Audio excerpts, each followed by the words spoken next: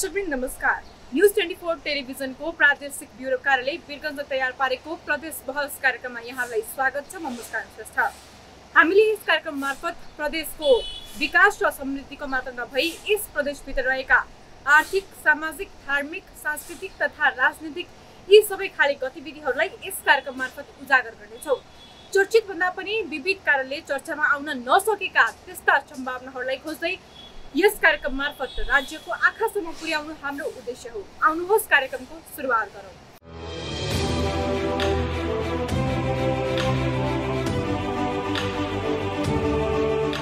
Corona महामारीले मुलुकमा जारी गरिएको निषेधाज्ञाको कारण वीरगञ्जका होटेलहरू धराशयी बन्दै गएका छन्। गत वर्षको प्रथम चरणको कोरोना महामारीमै थला परेका होटेलहरू सुचारू हुन नपाउँदै पुनः निषेधाज्ञा जारी भएपछि धराशयी बन्दै गएका हुन्। करिब 20 अर्बको लगानीमा साना तथा ठुला गरी 70 वटा होटेलहरू वीरगञ्जमा सञ्चालित छन्। तर निषेधाज्ञाले अहिलेसम्म होटेल सञ्चालनमा नआउँदा व्यवसायीहरू विस्थापित हुने अवस्थामा पुगेका छन्। वीरगञ्ज आफै पर्यटकीय क्षेत्र नभई व्यापारिक क्षेत्र भएको कारण यहाँ आउने अधिकांश पर्यटकहरू भारतीय पर्यटक भएको र लकडाउनको कारण नेपाल भारत सीमा क्षेत्र बन्द रहेकोले अधिकांश होटेलहरू ठप्प नै भएका छन्। अरबौंको लगानीमा सञ्चालित होटेलहरू विगत लामो समयदेखि बन्द रहेकोले लगानी पनि डुब्ने सम्भावना बढ्दै गएकोले होटेल व्यवसायीहरू विस्थापित हुने अवस्था सिर्जना भएको होटेल व्यवसायीहरूको भनाइ छ। बढ्दो आधुनिक युगसँगै पुराना होटेलहरूले विभिन्न बैंकहरूबाट कर्जा लिएर होटेललाई आधुनिक होटेल बनाए पनि ती होटेललाई गत वर्षदेखि नै बन्द रहेको कारण कर्मचारीहरूलाई समेत तलब दिन धौधौ परेको उनीहरूको भनाइ छ। बैंकहरूले पनि कर्जाको ब्याजमाथि ब्याज थप्ने तर व्यापार ठप्प हुने जस्ता समस्याले होटेल व्यवसायीहरू मर्कामा परेका छन्। नेपाल सरकारले बजेट भाषणको क्रममा होटेल व्यवसायीहरूको लागि पनि उचित प्याकेजको व्यवस्था नगरेको र होटेल सञ्चालनको लागि कुनै पनि ठोस कदम नल्याएको अरबौंको लगानीमा सञ्चालित होटेलहरू अहिले धराशयी बन्दै गएको हो। सरकारले राजस्व सङ्कलन गर्ने बेला निषेधाज्ञा खोल्ने र अन्य बेला बन्द राख्ने जस्ता प्रवृत्तिको कारण पनि मुलुकमा नागरिकहरूको पनि आर्थिक अवस्था कमजोर हुँदै गएको कारण सरकारले निषेधाज्ञाको दीर्घकालीन विकल्प खोज्दै यहाँ सञ्चालित विभिन्न व्यापारहरू चलायमान बनाउनु पर्ने अवस्था रहेको उनीहरूको भनाइ छ।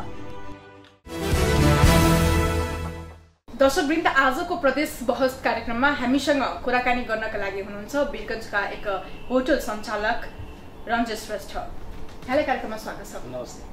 जस्तो कोरोनाको पहिलो लहर र दोस्रो लहरमा सबैभन्दा एकदमै नराम्ररी प्रभावित भएको क्षेत्र भनेको यति बेला होटल व्यवसायको क्षेत्र नै छ, होइन? र अहिले चाहिँ पर्सा जिल्लामा होटल व्यवसायको अवस्था कस्तो छ त? अहिले भन्दाखेरि यो हाम्रो अनुभवको हिसाबले पनि हामीले अनुभव गरेको सन्दर्भमा चाहिँ हामीले चाहिँ यति नराम्रो चाहिँ अनुभव कहिले पनि हामीले चाहिँ बटुलेको थियौँ। हामीले धेरै आन्दोलन, जनआन्दोलनदेखि लिएर धेरै आन्दोलन खेप्ने, त्यसमा पनि हामीलाई बारम्बार यो व्यवसायमा हामीले अवरोध र केही न केही हामीलाई चाहिँ समस्याहरू आउँदै गरेका थियो। र त्यो सँगसँगै हाम्रो चाहिँ जुन यो नाकाबन्दी भयो त्यतिखेर जुन 9 महिनाको जुन लामो बन्दको त्यो पीडा हामीले भोगेका थियौँ, त्यसमा पनि हामीले भर्खरै हामीले चाहिँ एउटा चाहिँ जसोतसो हामी सर्भाइभ गरिरहेका थियौँ। तर जुन यो कोरोना जुन कहर सुरु भयो, जुन यो अहिले हामीले चाहिँ पहिलो फेज र त्यो सँगै लगत्तै केही समयको अन्तरालमा यो दोस्रो फेज हामीले जुन यो सामना गरिरहेको छौँ, त्यसले हामीले चाहिँ एकदमै तितो अनुभव र हामीले चाहिँ कहिल्यै नभएको हाम्रो लागि यो एउटा चाहिँ दुर्भाग्यपूर्ण यो क्षेत्रकोमा जुन लागेका हाम्रो जति व्यवसायी साथीहरू बिच पनि हाम्रो कहिलेकाहीँ कुरा हुन्छ। यो सन्दर्भमा धेरै अब यसले कसरी हामीले सामना गर्ने, यो त फेरि तपाईँको चाहिँ पहिलो फेज, दोस्रो फेज, अझ तेस्रो भेरिएन्ट पनि आउँदैछ भन्छ। र त्यो आउने चाहिँ क्रमिक रूपमा आउँदै गरेपछि हामीले यसलाई कसरी सामना गर्ने, भोलिको दिनमा हामीले यो व्यवसायबाट विस्थापित नै हुनुपर्ने हो कि भन्ने कुरा चाहिँ अहिले एकदमै हाम्रो मनलाई एकदम कचोटिरहेको छ। त्यसैले अब यो विषयमा हाम्रो अनुभव बताउँदाखेरि एकदमै तितो अनुभव हामीले चाहिँ भोगिरहेको छौँ। जस्तो एउटा होटल व्यवसायीले अहिलेको परिस्थितिमा के कस्तो खालको सङ्कटहरूको सामना गर्नु परिरहेको छ त? अहिले तपाईँहरूको समस्या चाहिँ के भयो त? अब अहिले धेरै समस्या भन्दा जस्तै अब हामीले आफ्नो जुन होटल व्यवसायसँग जुन आश्रित मजदुरहरू छ उसको तलब भयो, होइन? उसको तलब हामीले दिनुपर्ने अवस्था छ। अब हामीले होटललाई बन्द गऱ्यो भने पूर्ण रूपले हामी बन्द गर्न सक्ने अवस्था छैन। जुन त्यहाँ जुन नियमित हाम्रो चाहिँ खर्चहरू छ त्यो केही घटे पनि त्यो चाहिँ हामी क्रमिक रूपले हामी दिइरहनु पर्ने हुन्छ। र तपाईँ जुन अब हामीले ब्याङ्कसँग जुन चाहिँ हामीले ऋण लिएर हामीले जुन होटल सञ्चालन गरिरहेको छौँ, जुन बनाएको छौँ, जुन अहिले मेरै सन्दर्भमा कुरा गरेँ मैले पनि एउटा आधुनिकीकरण जुन यहाँ धेरै होटलको चाहिँ नयाँ नयाँ होटल खुल्ने भइरहेको हुनाले हामीले पनि आफ्नो होटललाई त्यही नयाँ होटलसँग प्रतिस्पर्धा गर्नलाई पनि हामीले आफ्नो होटललाई चाहिँ धेरै अहिले खर्च गरेर ब्याङ्कसँग ऋण लिएर त्यो हामीले चाहिँ त्यसलाई आधुनिकीकरण जुन गर्न सक्छौँ। अब त्यो ब्याङ्कको किस्ता अब ऋणको तपाईँको ब्याजको यो सबै भाकाहरू हामीले समयमा तिर्न नसक्दाखेरि त्यो भोलिको दिनमा त्यो हामीले त्यसलाई कसरी हामीले चाहिँ त्यसलाई बिहोर्ने, कसरी त्यसलाई हामीले चाहिँ तिर्ने, त्यो एकदमै हामीले चाहिँ अहिले चाहिँ समस्या हामीले भोग्नु परिरहेको छ। जस्तो कि यति बेला हेर्ने हो भने गत वर्ष चाहिँ भ्रमण वर्ष 2020 भिजिट नेपाल 2020 को चाहिँ अवधारणा नेपाल सरकारले ल्याएको थियो होइन, 20 लाख पर्यटक भित्र्याउने भनेर। त्यति बेलामा चाहिँ नेपालको विभिन्न होटलहरूले, धेरै जसो होटलहरूले चाहिँ करोडौँको लगानीमा चाहिँ अब पर्यटकहरूलाई आकर्षित गर्नको लागि ब्याङ्कबाट लोन लिएर चाहिँ लगानी पनि गरेको थियो। र सँगसँगै त्यति बेला लगतै चाहिँ कोरोनाले गर्दाखेरि त्यो एकदमै नराम्रै इम्प्याक्ट टुरिज्म सेक्टरमा परेकै छ। अनि जसले गर्दाखेरि चाहिँ यो फर्स्ट फेजको लकडाउन पछि धेरै होटलहरू पनि विस्थापित हुनुपर्ने अवस्था आएको थियो। वीरगञ्जको कन्टेस्टमा चाहिँ त्यसले चाहिँ इम्प्याक्ट पारे कि पारेन? वीरगञ्जमा त्यो भ्रमण 2020 को कसो जुन हिसाबले जुन लक्ष्य लिएर गएको त्यसमा खासै वीरगञ्जलाई त्यति बेनिफिट होला जस्तो लागेको थियो। किन यो यहाँ वीरगञ्ज एउटा चाहिँ पर्यटन क्षेत्र नभएर एउटा विशुद्ध एउटा व्यावसायिक क्षेत्र भएको हुनाले यहाँ व्यवसायसँग सम्बन्धित मान्छेहरू पनि बढी यहाँ चाहिँ घुम्ने भन्दा पनि आफ्नो व्यवसायिक प्रयोजनलाईको हिसाबले नै यहाँ आउने गर्थ्यो वीरगञ्जमा। र हाम्रो त्यसमा पनि वीरगञ्ज क्षेत्रका जति पनि होटलहरू छन् त्यसमा तपाईँको चाहिँ 100% भन्दा त अलिकति होला, तर करिब करिब 90% बढी हाम्रो भारतीय पाहुनासँगै आश्रित छ। जुन चाहिँ हाम्रो चाहिँ व्यवसायिक हिसाबले होस् या ट्रान्जिटको हिसाबले होस्, जुन भारतीय पर्यटकहरू जुन तपाईँको भ्रमणको हिसाबले पनि पोखरा, काठमाडौँ या सौरा भ्रमण गर्न जाँदाखेरि पनि वीरगञ्जलाई एउटा चाहिँ ट्रान्जिटको रूपमा एक दिनको बसाइ र फर्किँदाखेरि पनि एक दिनको बसाइ त्यो हिसाबले गरेको थियो। र त्यसमा पनि यहाँ जुन हिसाबको औद्योगिक क्षेत्रहरू, कल कारखानाहरू जुन जति छन् त्यसमा आउने तपाईँको चाहिँ टेक्निसियनहरू भयो, त्यसमा आउने तपाईँको चाहिँ व्यावसायिक जुन चाहिँ तपाईँको चाहिँ सेल्सको लागि आउने पनि जति पनि भारतीय पर्यटन त्यसमा हामी निर्भर थियौँ। हामीलाई त्यो पर्यटन 2020 को हामीले यहाँ पर्यटन आउने चाहिँ हामीलाई सम्भावना एकदमै न्यून थियो। त्यसैले त्यो भ्रमण वर्ष 2020 को चाहिँ मतलब नियमित रूपमा जुन कोरोनाको कारणले गर्दा जुन भएन, त्यसले गर्दा चाहिँ हामीलाई चाहिँ त्यो भ्रमण 2020 को त्यस्तो इम्प्याक्ट विस्थापित हुने खालको त्यस्तो छैन, भएन। तर अहिले जुन यो कोरोनाको लहर जुन सुरु भयो, जुन यो पहिलो लहर, अब यो सँगसँगै हामीले दोस्रो लहर जुन खेप्नु परिरहेछ, त्यसले चाहिँ अब चाहिँ हामीले चाहिँ विस्थापित हुनुपर्ने अवस्था देखिरहेको छु। अब यसमा हामीलाई त्यही राज्यसँग त्यही एउटा अपेक्षा गरिरहेको छु कि यो जुन चाहिँ अब यो तपाईँको जो एकदमै तपाईँको चाहिँ समस्यामा परेको समस्याग्रस्त तपाईँको चाहिँ क्षेत्र भनेर जुन एउटा होटललाई लिएको छ, पर्यटन क्षेत्रमा होटललाई पनि लिएको छ, त्यसमा केही सम्बोधन हुन त यो बजेटमा त केही न केही सम्बोधन अलिक गरिरहेको छ, त्यो हामीलाई एउटा सुखद पक्ष हो। तर अझ योभन्दा पनि बढी हामीले चाहिँ एउटा अपेक्षा गरिरहेको छौँ।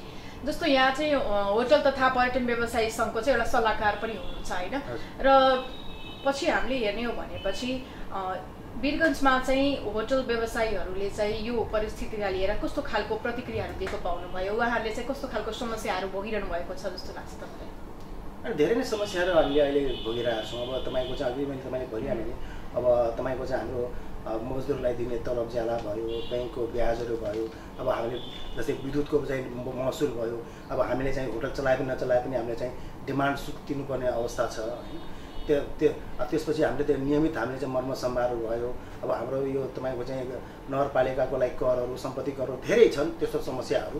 र त्यो हामीले आफ्नो साथीभाइसँग केही कुरामा हामीले कुरा राख्दाखेरि केही सम्बोधन पनि भएको छ, जस्तै डिमान्ड शुल्कहरू, डिमान्डको चार्जहरू गभर्मेन्टले चाहिँ निषेधाज्ञा अवधिभरको चाहिँ डिमान्ड शुल्क नलाग्ने भनेर यो बजेटमा अहिलेको चाहिँ सम्बोधन भएको छ। तर हाम्रो भनाइ चाहिँ हामीले चाहिँ यो निषेधाज्ञा अवधिभर भन्दाखेरि यो वैशाखदेखि 3 महिनाको मात्रै त्यो मिना गर्नुको साटो हामीले त यो करिब गत चेतदेखि नै हामीले यो समस्या भोगिरहेको छौँ। गत जुन होटलहरू सञ्चालनमा आए पनि एकैचोटि चाहिँ पाहुना किन पाहुना हाम्रो पाहुना भनेको भारतीय पाहुना हो। र भारतीयमा जुन हिसाबको यो जुन दोस्रो लहरमा जुन कहर त्यहाँ सुरु भयो र त्यहाँ जुन हिसाबले जुन त्यहाँ इम्प्याक्ट गर्यो, त्यसले गर्दा भारतीय पाहुना पनि एकदमै शून्य भयो। र हाम्रो नाका त बन्द थियो, नाका बन्द खुले भए पनि भारतीय पाहुनाहरू आउने एकदमै तपाईँको चाहिँ आशा कम थियो होइन, किन त्यहाँ भारतमा आफै त्यो हिसाबले एउटा चाहिँ त्यसको इम्प्याक्ट एकदम ठुलो त्यो भेरिएन्टको जुन हिसाबले प्रभाव पारेको थियो, त्यसले गर्दा पनि उहाँहरूबाट पनि पाहुना आउने एकदमै चाहिँ के अरे तपाईँको चाहिँ आउने शून्यतामा झऱ्यो। र त्यसपछि यो होटल खुले तापनि र अहिले पनि जुन तपाईँको लकडाउन अहिले जुन यो खुलो गरेको छ, अलिक केही सहजता गरेको छ। हुन त होटललाई त अहिले चाहिँ तपाईँको चाहिँ यो सुचारू गर्नुपर्ने चाहिँ त्यस्तो केही भनेको त छैन, खालि तपाईँको चाहिँ एउटा चाहिँ तपाईँको चाहिँ टेकवे र तपाईँको चाहिँ होम डेलिभरीको चाहिँ एउटा खालि त्यो एउटा चाहिँ सुविधा दिएको छ।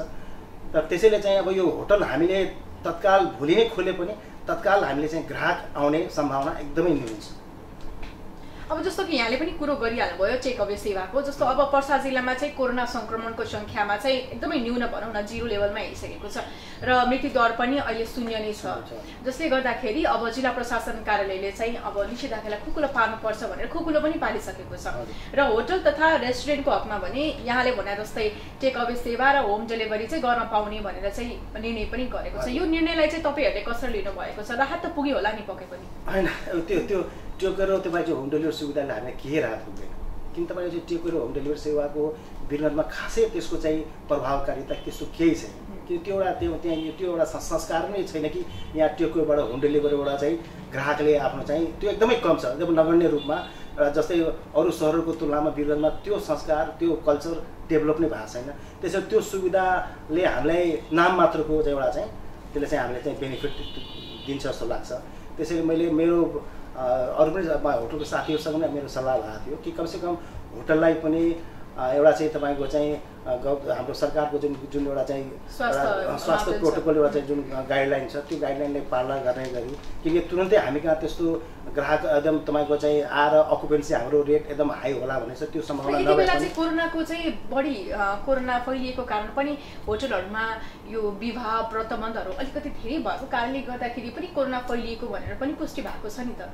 र यो केसेसमा अहिले नि फेरि अलिकति कोरोना संक्रमणमा कमी आए पनि जोखिम त डरेको छैन, फेरि यति बेला होटल खोल्नु ठिक हुन्छ त? होइन, होटलमा हामी जस्तै यो बिहा वर्तमान यो सबलाई बरु बन्देजै लगाओस् होइन, तर जुन नियमित ग्राहकहरू जुन छ, जुन 1 दिन बसाइ 2 दिन बसाइ जो व्यवसाय जस्तै अब त अहिले त व्यवसाय हिजोदेखि त व्यवसाय त खुल्यो होइन, व्यवसाय खुल्यो त्यो व्यावसायिक हिसाबले व्यावसायिक प्रयोजनको हिसाबले यहाँ जुन ग्राहकहरू आउँछन् उहाँलाई पनि आखिर होटल त आवश्यकता त छ, उहाँले त बस्नु त पऱ्यो। त त्यो हिसाबले नै हामीले एउटा चाहिँ स्वास्थ्य प्रोटोकल जुन सरकारद्वारा जारी गरेको जुन एउटा स्वास्थ्य प्रोटोकल छ त्यो प्रोटोकलको यसमै रहेर नै हामीले चाहिँ यहाँ हामीले सेवा सुविधा दिन पाउनुपर्छ भनेर हामीले चाहिँ एउटा चाहिँ साथीहरूसँग सल्लाह गरेका छौँ।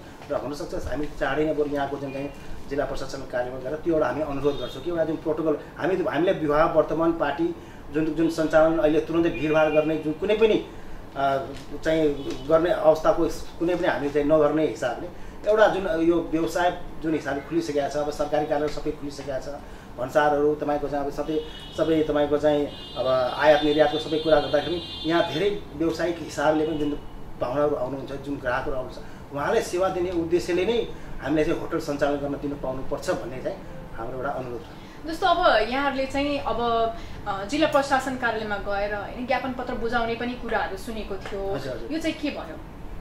अब त्यो हामी यो हाम्रो सङ्घको मार्फत साथीहरूसँग छलफल भइरहेको छ र चाँडैभन्दा चाँडै हामी पनि जिल्ला प्रशासन यहाँ फेरि वीरगन्ज महानगरपालिका पनि ज्ञापन पत्र लिएर जानु भएको थियो। वीरगन्ज महानगरपालिकामा त जुन हिसाबले अहिले कोभिडको जुन प्रभावमा जुन होटलहरू जुन परेको छ यो अति समस्याग्रस्त तपाईँको चाहिँ प्रभावित क्षेत्र भनेर जुन चाहिँ एउटा होटलले लिएको थियो त्यो हिसाबले जुन गत वर्ष चैतदेखि जुन हामीले यो कोभिडको सामना गरेर जुन हामीले चाहिँ जुन समस्याहरू भोगिरहेको छौँ त्यसको लागि चाहिँ नगरपालिकासँग चाहिँ जुन लाग्ने घर कर भयो, तपाईँको चाहिँ यो सम्पत्ति कर भयो, जस्तै तपाईँको सरसफाइ शुल्क भयो, घर भाडा कर भयो, जुन अब त्यसलाई चाहिँ मिनाहा गरिदिनु भनेर एउटा अनुरोधको लागि हामीले चाहिँ नगरपालिकाकोसँग हामी एउटा चाहिँ ज्ञापन पत्र लिएर गएको थियौँ र त्यहाँ मेयर साहबले पनि यसमा चाहिँ सकारात्मकै लिनुभएको छ, सकेसम्म सहयोग गर्छु भन्नुभएको छ। जस्तो कि अब यहाँ आफै पनि एउटा होटल सञ्चालक हुनुहुन्छ होइन, वीरगन्जको एउटा चर्चित होटलको सञ्चालक हुनुहुन्छ, यहाँले चाहिँ आफ्नो होटलका कर्मचारीहरूको पारिश्रमिकको विषयमा चाहिँ के कस्तो खालको निर्णय लिनुभएको छ त? पारिश्रमिक भन्दाखेरि पनि हामी गत वर्ष पनि हामीले चाहिँ आफ्नो धेरै कर्मचारी फर्स्ट फेजमै हामीले धेरै कर्मचारी हामीले कटौती गरिसकेको छ, किनकि हामीले चाहिँ अब त्यो हिसाबले हामीले चाहिँ त्यो व्यवहार बोक्न सक्ने अवस्थै थिएन, किन जुन पहिलो फेज भयो। किन मैले भनिहालेँ तुरन्तै होटल खुल्ने बित्तिकै तुरन्तै ग्राहकको यहाँ चाहिँ आउने चाहिँ मतलब बढ्छ भन्ने कुरा त्यो हामीले लागेकै थियो। र हाम्रो जुन अकुपेन्सी जुन मैले जुन होटल सञ्चालन गरेदेखि जुन 60 देखि 70% जुन मैले अकुपेन्सी मैले चाहिँ यहाँ लिएर मैले आफ्नो सेवा दिइरहेको थिएँ र त्यसमा त्यो फर्स्ट फेजदेखि त्यो मोटामोटी 20-25%मा छ हैन। त्यो पनि यो जुन एउटा पुरानो लयमा फेरि फर्केला भने आजका साथ हामीले चाहिँ आफ्नो केही कर्मचारी पनि बढाउँदै गयौँ हैन।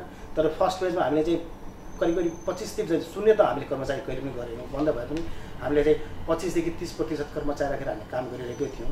र अहिले पनि यो तपाईँको चाहिँ यो सेकेन्ड फेज जुन भयो, सेकेन्ड जुन लकडाउन भयो, त्यसमा पनि हामीले धेरै कर्मचारी कटौती गरेका छौँ। हामी पुरा तलब पारिश्रमिक हामी दिइरहेकै छौँ, 25-30% जुन कर्मचारी आइरहेको छौँ अहिले पनि। किन हामीले होटललाई नियमित रूपमा हामीले मेन्टेन गरिराख्नुपर्ने हुन्छ होइन। र नियमित रूपमा तपाईँको चाहिँ होटललाई पुरा बन्द गरेर राख्दाखेरि त्यसमा अब कोठाहरूमा चाहिँ अलिकति मोइस्चरहरू ढुसीहरू लाग्ने भएकोले र भोलि खोल्ने बेलामा समस्या नआओस् भनेर त्यसले हामीले नियमित कर्मचारीलाई पारिश्रमिक दिएर हामीले राखिरहेको छौँ। जस्तो अहिले पर्सा जिल्लामा चाहिँ कतिवटा होटल सञ्चालनमा छ त र लगभग कतिको लगानी होला? लगभग यहाँ सानो ठुलो गरेर करिब 70 वा होटल अहिले सञ्चालनमा छ। लगानीको हिसाबले गर्ने हो भने यहाँ मोटामोटी 15 देखि 20 अरबसम्मको लगानीमा होटलहरू खुलिसकेका छ। अझ खुल्ने क्रम जारी नै छ। अहिले धेरै रिसोर्टहरू, धेरै आधुनिक होटलहरू आउने क्रम जारी नै छ। अब त्यसले गर्दा 20 अरबको लगानी अब यही हामीले चाहिँ यो प्रथम भेरिएन्ट, दोस्रो भेरिएन्ट र तेस्रो जुन चौथो जुन आइरहेछ, त्यसले गर्दा त्यो लगानी एकदमै जोखिमपूर्ण अवस्थामा छ। जस्तो कि पहिलो भेरिएन्टको जुन पहिलो कोरोनाको चाहिँ पहिलो लहर जुन आयो होइन, त्यति बेला पनि होटलहरू बन्द रहेको अवस्था थियो, जसले गर्दा त्यति बेला धेरै होटलहरू विस्थापित पनि भएको थियो र दोस्रो लहरले गर्दाखेरि पनि धेरै होटलहरू विस्थापित हुने पनि कुराहरू चाहिँ चलिरहेको छ। वीरगन्जको कन्टेक्स्टमा चाहिँ के छ? पहिलो जुन चाहिँ जुन फर्स्ट फेजमा जुन चाहिँ लकडाउन भयो त्यसमा त्यति चाहिँ ठुलो रूपमा चाहिँ होटल व्यवसायले केही दिनमा यो सहज भइहाल्छ, त्यति ठुलो रूपमा लिएको थिएन र कोभिडको प्रभाव पनि एकदमै तपाईँको त्यत्रो ठुलो हिसाबले चाहिँ होला जस्तो पनि लागेको थिएन र केही दिनमा सहजता भयो र अब ठिक हुन्छ भन्ने आशा पलाएको थियो। तर जब यो दोस्रो लहर सुरु भयो र दोस्रो लहर सुरु हुँदाखेरि जुन हिसाबले यहाँ तपाईँको मोर्टालिटी रेट पनि हाई हो, धेरै जनधन, धेरै तपाईँको चाहिँ हाम्रो चाहिँ नागरिकहरूको जुन ज्यान गुमाउनु पऱ्यो, त्यसले गर्दाखेरि जुन डर त्रास भयो र जुन हिसाबले तपाईँको चाहिँ हाम्रो छिमेकी देश भारतमा जुन वीरगन्जको चाहिँ यसो कुरा गर्दाखेरि जुन हामी एकदम भारतीय पाउनासँगै निर्भर छौँ। अब यो कहिलेसम्म हुने त, यो कोरोना कहर कहिलेसम्म हुने, त्यसको कुनै तपाईँको चाहिँ टुङ्गो नलागेकोले चाहिँ अब यो दोस्रो लकडाउनदेखि चाहिँ केही होटलहरू चाहिँ विस्थापित हुने मनस्थितिमा छ र मनसाय उनीहरू आफ्नो हिसाबले आफ्नो दुखेसो पुगिरहेको छ कि अब हामी होटल चलाउने स्थितिमा छैनौँ। किन अब हामीले अब होटल व्यवसायकै हिसाबले कुरा गर्दा पनि अब एउटा त्यो होटल व्यवसाय सञ्चालनको लागि एउटा ठुलो राज्यले गर्नुपर्ने एउटा ठुलो चाहिँ अब एउटा अभिभावकको जिम्मेवारी के छ भने तुरन्त सबै नागरिकलाई एउटा चाहिँ खोप लगाइदिनुपर्ने आवश्यकता छ। जबसम्म यहाँ खोप हाम्रो अहिलेको तुरन्त एउटा तत्काल विकल्प भनेको खोप नै, जबसम्म हामीले यहाँ सबै नागरिकलाई खोपबाट चाहिँ उसको नागरिक जीवनको सुरक्षाको प्रत्याभूति दिन सक्दैनौँ तबसम्म हामीले चाहिँ यो होटल खोलेर पनि भोलिको दिन फेरि तेस्रो होला चौथो होला त्यतिखेर के गर्ने, फेरि लकडाउन गर्ने, त्यो मेरो विचारले त्यो समाधान हो। आज कतिपय देशहरू जस्तै तपाईँको विश्वका कतिपय धनी मुलुकहरूको जस्तै अमेरिका भयो, युरोपतिर भयो, तपाईँको चाहिँ खोप लगाएर सारा आफ्नो तपाईँको व्यवसायहरू, सारा तपाईँको आफ्नो गतिविधिहरू उनीहरू चलायमान गरिसक्यो। आज तपाईँले हेर्नुभएको छ, हामीले पनि प्रत्यक्ष टिभीमा पनि तपाईँको युरो कप तपाईँको चाहिँ नियमित हामी हेरिरहेको छौँ। त्यहाँ 60,000 70,000को चाहिँ दर्शक राखेर पनि युरो कप सुरु गरेको छ। किन त्यो सब केले गर्दा हो? खोप लगाएर। त्यहाँ किन तपाईँको चाहिँ त्यहाँ तपाईँको मोटामोटी युरोपमा त करिब 70 to 80% मान्छे नै भ्याक्सिनेटेड भइसक्यो भन्छ। अमेरिकामा त्यही हिसाबले छ। त्यहाँ त तपाईँको खोप लगाउन आउने मान्छेलाई पनि उपहार दिने, के दिने भन्ने एउटा गभर्मेन्ट एउटा त्यो हिसाबले नारा लगाएको छ।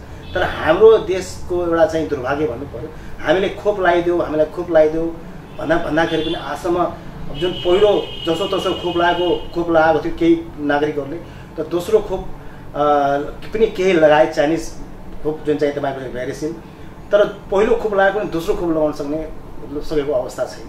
त्यसले गर्दा जबसम्म नागरिकलाई यो हाम्रो तत्काल भनेको एकदमै तपाईँको चाहिँ व्यावसायिक हिसाबले सहजता गर्ने एउटा तत्काल एउटा चाहिँ समाधान भनेको खोप। त्यसैले तत्काल सरकारले जति सक्दो चाँडो हुन्छ खोप लगाइदिने व्यवस्था गर्नु पऱ्यो। जस्तो कि अब वीरगञ्जमा यहाँले पनि भन्नुभयो होइन होटल व्यवसायमा होटल क्षेत्रमा अर्बौंको लगानी छ भनेर र खासमा यहाँनिर फेरि पर्यटकीय पूर्वाधार पनि छैन है। अब यहाँनिर चाहिँ खासमा कस्तो खालको पर्यटकहरू आउने गरेको छ त धेरै जस्तो भन्दाखेरि? यहाँ मैले अघि पनि भनिहालेँ, पर्यटक भन्दाखेरि यहाँ तपाईँको चाहिँ त्यस्तो पर्यटकको लागि वीरगञ्जमा त्यति साह्रो आकर्षण पनि भएको छैन र त्यति हिसाबले सम्भावना नभएको होइन, सम्भावना छ, धेरै सम्भावना छ। यहाँ तपाईँको जस्तै पहिले पनि हाम्रो यहाँ जुन चाहिँ निर्माणाधीन जुन तपाईँको चाहिँ घडुरा पोखरी परिसर भयो, घण्टाघर भयो, शङ्कराचार्य गेटहरू भयो, हाम्रो ड्राइपोर्ट भयो र तपाईँको यहाँबाट हाम्रो नजिकै त्यसो विश्व प्रसिद्ध हाम्रो चाहिँ महागढीमाई मन्दिर छ होइन, विश्व प्रसिद्ध नै छ र तपाईँको त्यो सँगसँगै हाम्रो तपाईँको चाहिँ वर्षा वन्यजन्तु वर्षा आरक्षण जुन छ त्यसलाई पनि हामीले चाहिँ सक्दो रूपमा त्यसलाई चाहिँ हामीले चाहिँ प्रवर्धन गर्न सकेका छैनौँ होइन।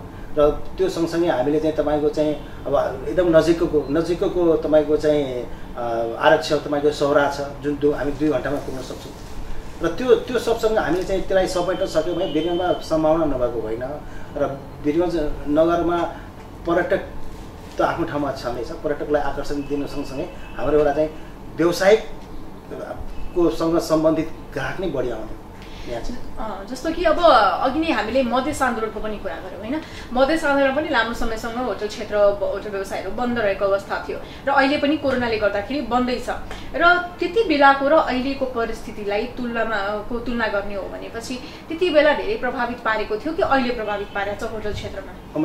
मैले सुरुमै तपाईँले भनिहालेँ, हामीले इतिहासमा मेरो अनुभवमै हामीले कहिले नभोगेको हामीले कटु भनेपछि मधेस आन्दोलन भन्दा पनि यो अहिलेको चाहिँ एकदमै तपाईँको चाहिँ विकराल रूपमा समस्या छ। किन यो हामीले मधेस आन्दोलन त तपाईँको त्यो एउटा राजनीतिक समस्या थियो होइन, त्यो बन्द हुन्जेलसम्म मात्रै अवरोध थियो र त्यो खुल्ने बित्तिकै हामीले चाहिँ जुन एउटा व्यावसायिक अब जुन चाहिँ आउने ग्राहकहरू त्यो फेरि क्रमिक रूपमा अब आउनु सुरु भइहाल्यो। हाम्रो व्यवसायमा त्यस्तो खासै इम्प्याक्ट पर्यो। तर यो त तपाईँको के छ भने कोरोनाको अनि विश्वभरि नै फैलिएको यो महामारीको रूपमा फैलिएको, यो फेरि स्वास्थ्यसँग जोडिएको हुनाले पनि अब भोलि हामी खोले पनि तुरन्तै हामी कहाँ चाहिँ जुन हिसाबले हाम्रो जुन यो कोरोनाभन्दा अगाडि जुन हाम्रो जुन ग्राहक आउने क्रम थियो त्यो तुरन्तै होला भन्ने चाहिँ मलाई चाहिँ आशा लागेको छ। जस्तो गत वर्ष हामीले हेर्ने हो भने कोरोनाको पहिलो लहरमा चाहिँ होटल क्षेत्र बन्द भए तापनि आफ्नो होटललाई क्वारेन्टिन बनाएर चाहिँ सर्भाइभ गर्ने एउटा त्यति बेला चाहिँ त्यो पनि थियो। अनि यहाँले पनि आफ्नो होटललाई चाहिँ क्वारेन्टिन बनाउनु भएको थियो, त्यति बेला तपाईँहरूलाई पनि सर्भाइभ गर्नका लागि धेरै सजिलो भयो होला। र यो वर्ष चाहिँ के छ, यो वर्ष पनि यहाँले आफ्नो होटललाई क्वारेन्टिन बनाउनु भएको थियो कि थिएन? यो वर्ष चाहिँ त्यस्तो क्वारेन्टिनको लागि हामीले चाहिँ त्यस्तो इन्क्वायरी पनि आएन, त्यस्तो हिसाबले कुनै हुन आएकोले यो वर्ष चाहिँ खासै मेरो मलाई लाग्छ एउटा दुईटा होटल बाहेक क्वारेन्टाइन कुनै पनि होटलमा पनि गर्यो। यो वर्ष लाग्छ जति पनि हाम्रो चाहिँ जति पनि यसमा चाहिँ इफेक्ट भएको जुन यसको चाहिँ कोरोनासँग जुन इफेक्ट भएको छ त्यो सबै आफ्नो घरमै आइसोलेट भएर बस्या जस्तो लाग्छ। किन मलाई जानकारी अनुसार चाहिँ हाम्रो पनि कुनै होटलमा कुनै इन्क्वायरी नआयो। किन पहिलो तपाईँको चाहिँ भेरिएन्ट आउँदाखेरि पहिलो जुन चाहिँ कोरोनाको हरू हुँदाखेरि चाहिँ एकदमै हामीले दिन नसक्ने अवस्था थियो, एकदमै धेरै कुराहरू इन्क्वायरी आउँथ्यो, धेरै कुराहरू हामीले चाहिँ एकदमै दिन सक्ने अवस्था थिएन, आइसोलेसन बस्न धेरै थियो। तर अहिले चाहिँ अहिलेको पहिलोको तुलनामा अहिले एकदमै नगर्ने छ, शून्य छ। यो त हामी कहाँ आइसोलेसन चाहिँ बनाउन कुनै इन्क्वायरी नै आयो। जस्तो अहिले नेपाल भारतको सीमा पनि बन्द छ, कोरोनाको भेरिएन्टमाथि भेरिएन्ट आइरहेको छ होइन, र अहिले चाहिँ सीमा नाका खुल्छ भनेर हामीले तत्कालै त्यो कुरो चाहिँ अहिले सम्भव पनि छैन, हामीले नसोचे पनि हुन्छ त्यो कुरो। त्यही पनि अब होटल भोलिको दिनमा खुलिसकेपछि सर्भाइभ गर्नको लागि होइन, पुरानै लयमा फर्किनको लागि पनि अब हामीले आन्तरिक पर्यटकलाई नै महत्त्व दिएर चाहिँ आकर्षित गर्नको लागि केही प्याकेजहरू लिएर आउनु पर्यो भनेर त्यस्तो खालको योजनाहरू तपाईँले बनाउनु भएको छ कि छैन? होइन, यसमा हामीले चाहिँ पहिलो लकडाउन खेपिसकेपछि हामीले चाहिँ माघ फागुनतिर नै हामीले चाहिँ यो वीरगञ्ज नगरको होटलहरूलाई चाहिँ एउटा चाहिँ यहाँको व्यावसायिक प्रवर्धन गर्नको लागि हामीले प्याकेज हामीले घोषणा गरेको पनि थियो, जुन वीरगञ्ज महानगरपालिकाको सहकार्यमा पर्यटन पत्रकार समूहसँग बिसरेर हामीले चाहिँ एउटा यहाँ चाहिँ हामीले चाहिँ आकर्षण दिनको लागि एउटा प्याकेज घोषणा गरेको थियो, जसमध्ये त्यो प्याकेज चाहिँ हामीले चाहिँ एक्चुअलमा भारतीय पाहुनालाई हामीले चाहिँ आकर्षित गरेको थियो र त्यो सँगसँगै भारतीय पाहुनासँगै हामीले आफ्नो आन्तरिक पाहुनालाई पनि त्यसलाई हामीले समेट्थ्यौँ।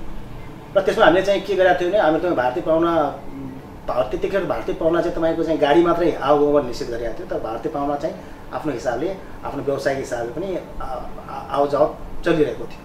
र त्यो हामीले चाहिँ भारतीय गाडीले पनि आवागमन तपाईँको चाहिँ निषेध चाहिँ हटाइदिनु पर्यो भनेर हामीले जिल्ला प्रशासनमा अनुरोध पनि गर्ने र यो प्याकेज पनि ल्याउने। त्यो प्याकेजमा हामीले चाहिँ यहाँ वीरगञ्ज वीरगञ्ज एक दिन वीरगञ्ज बसाउने, त्यो सँगै अर्को दिन हामीले महागढीमाईको दर्शन गराउने र त्यसपछि तपाईँको त्यतिखेर नै फेरि तपाईँको चाहिँ यो के माउन्टेन फ्लाइटबाट पनि त्यो माउन्टेन फ्लाइटमा पनि प्याकेज हामीले समावेश गरेका थियौँ। त्यसपछि हामीले चाहिँ पर्सा वन्यजन्तु आरक्षक भ्रमण गराउने र एक दिन फेरि हामी जनकपुर लगेर जनकपुर जानकी मन्दिरको दर्शन गराउने र त्यो लगत्तै हामी अर्को दिन चाहिँ हामीले सौराको पनि तपाईँको एलिफेन्ट राइडदेखि लिएर तपाईँको चाहिँ अब त्यहाँको चाहिँ वन्यजन्तु आरक्षकको चाहिँ गाडीमा जुन चाहिँ त्यो सफारी चाहिँ गराउने त्यो एउटा लक्ष्य र त्यो सँगसँग आबद्ध जति पनि होटलहरू हामी राख्थ्यौँ। त्यसमा हामीले आफ्नो हिसाबले 25% देखि 30% छुट दिने। तपाईँको चाहिँ तपाईँको चाहिँ फुडमा पनि र तपाईँको चाहिँ यसमा पनि लजिङमा पनि हामीले चाहिँ 30% हरेक होटलले आफ्नो हिसाबले 20% देखि 30% सहुलियत दिएर त्यसलाई चाहिँ सेवा दिने भन्ने एउटा हिसाबले हामीले प्याकेज हामीले घोषणा गरेको थियौँ। तर दुर्भाग्य त्यो घोषणा गरेको हामी चाहिँ लगत्तै एक महिनापछि हाम्रो फेरि दोस्रो लहरको सामना गर्नु पर्यो। अब अहिले फेरि हामी चाहिँ अब हेरौँ यो कहिलेसम्म, तर यो सबैको लागि अहिलेको चाहिँ तपाईँको चाहिँ यो नारीलाई जबसम्म उसको शरीरको चाहिँ जबसम्म सुरक्षाको प्रत्याभूति हुन सक्दैन तबसम्म फेरि नागरिक पहिला जस्तै तपाईँ घुम्ने निस्किने भन्ने कुरा मलाई विश्वास छैन। हस् त यहाँले हामीलाई समय दिनुभयो त्यसको लागि धेरै धेरै धन्यवाद छ। धन्यवाद। हस् त दर्शकवृन्द, न्युज 24 टेलिभिजनको प्रादेशिक ब्युरो कार्यालय वीरगञ्जले तयार पारेको प्रदेश बहस कार्यक्रमको समय सकिएको छ। पुनः अर्को साता फरक पात्र र सन्दर्भको साथमा उपस्थित हुने नै छौँ। आजलाई बिदा दिनुहोस्। नमस्कार।